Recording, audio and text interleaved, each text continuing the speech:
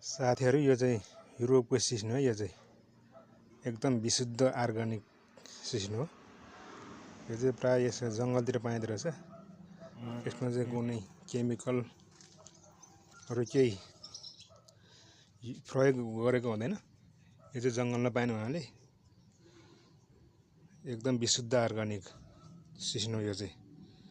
र युरोप आएर यस्तो सिस्नो पनि केलाउने काम गर्नु परेको छ। के हो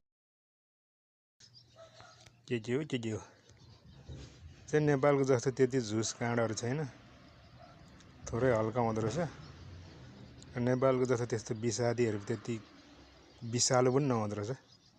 अब हल्का घोज्ने अलिअलि त थोरै त केही विषादी हुँदो रहेछ। यस्तो छ। आफू पनि सिस्नो पारेको के गर्नु। अब यहाँ ढेँडो नपाइने कारणले गर्दा खासै खाना चाहिँ खाएको छैन।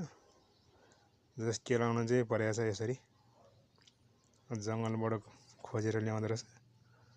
त्यो झार शुद्ध पतिर कसिङ्गर सबै निकाल्ने हुन्छ। त्यसलाई सफा गर्ने केलाउने यसरी प्याकिङ गरेर